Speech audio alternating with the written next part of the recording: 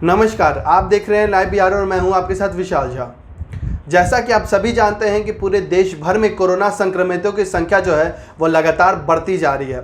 ऐसे में इसका जो प्रकोप है वो अब बिहार में भी देखा जा रहा है और हर दिन बिहार में भी हज़ारों की संख्या में मरीज जो है मिल रहे हैं। इसके साथ ही आपको बता दें, इस बार जो मौतों की संख्या है वो भी काफ़ी तेज़ी से बढ़ती जा रही है। तो ऐसे में जो सबसे बड़ी परेशानी और सबसे ज़्यादा परेशान अगर कोई है तो वो है बिहार के स्वास्थ्य विभाग के प्रशासन।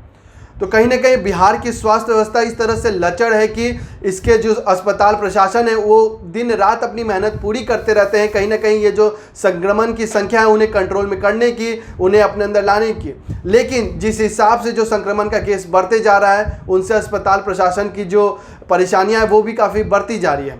ऐसे में एक सबसे बड़ी खबर सामने आती है कि एनएमसीएच के अस्पताल के अधीक्षक डॉक्टर विनोद कुमार सिंह ने अपने पद से इस्तीफा देने का जो है ऐलान किया। वो इसलिए ये ऐलान करना चाहते हैं क्योंकि उन्होंने अपने पत्र में लिखा है कि अस्पताल में जितनी मात्रा में ऑक्सीजन होनी चाहिए थी उतनी नहीं है। इसके अलावा उन्होंने अपने पत्र में ये भी लिखा कि अस्पताल में करीबन 400 से 450 जो है ऑक्सीजन होनी चाहिए थी। लेकिन कहीं ना कहीं जिस हिसाब से ऑक्सीजन की कमी होती जा रही है तो कहीं ना कहीं कल को अगर मरीजों का जो गुस्सा होता है वो अगर फूटता है तो उनके ऊपर ही फूटेगा और उनका हाथ इसमें कहीं ना है। तो वो अपने पत्र के दौरान जो है ये बताना चाहते हैं, उन्होंने विभागीय प्रधान सचिव को ये पत्र लिखा है और उनसे अनुरोध किया है कि एनएमसीएच में ज़्यादा से ज़्यादा संख्या में ऑक्सीजन की मात्रा बढ़ाई जाए ताकि कल को कोई गलत घटना ना घटे, कल को किसी की मौत ना हो। इससे बचने के लिए उन्होंने पहले ही ये कदम उठा लिया है। ऐसे में एक सबसे बड़ा सवाल तब खड़ा होता है कि आज से कुछ हफ्ते पहले ही बिहार के स्वास्थ्य मंत्री मंगल पांडे एनएमसीएच के निरीक्षण में पहुंचे थे। तो कहीं ना कहीं इन सभी मुद्दों को जो है वो अस्पताल के अधीक्षक विनोद कुमार सिंह को जो है उस समय उठाना चाहिए था जब बिहार के स्वास्थ्य मंत्री वहां मौजूद थे। ये सवाल उस समय नहीं उठाया गया और उनके जाने के एक हफ्ते बाद अब जो है अधीक्षक अपने पत्र दे करके अपने पद से मुक्ति चाहते हैं। तो ये कहीं ना कहीं एक बड़ा सवाल खड़ा करता है उनके ऊपर भी कि वो उस समय क्या कर रहे थे जब बिहार के स्वास्थ्य मंत्री वहाँ मौजूद थे।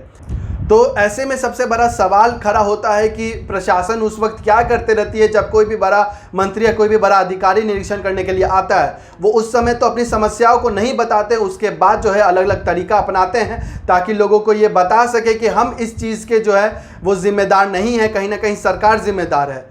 तो जिस हिसाब से जो ऑक्सीजन की कमी होती जा रही है एनएमसीएच में, पीएमसीएच में, उस तरह से मतलब देखा जाए तो एक बहुत बड़ा सवाल खड़ा उठता है कि पिछले एक साल से ये जो कोरोना का काल है वो लगातार चल रहा था। ऐसे में पिछले एक साल से सरकार के अस्पताल की जो हालत है वो लचर की लचर ही रह गई। किसी ने इसके ऊपर कोई ध्यान नहीं दिया, सब सिर्फ झूठे वादों और बड़े बड़े जुमलों में फंसे रह गए।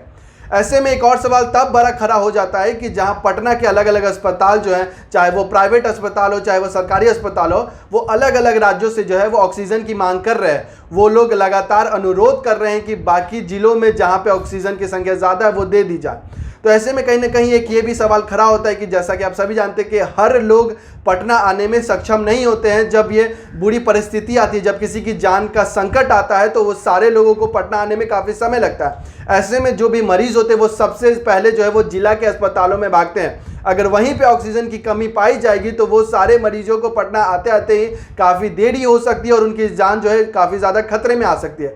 तो ये भी एक बड़ा सवाल खड़ा हो रहा है कि अगर सारे ऑक्सीजन सिलेंडर जो है पटना में भेज दिए जाएंगे तो बाकी जिलों में जो है ऑक्सीजन की जो कमी हो जाएगी उसकी पूर्ति कौन करेगा।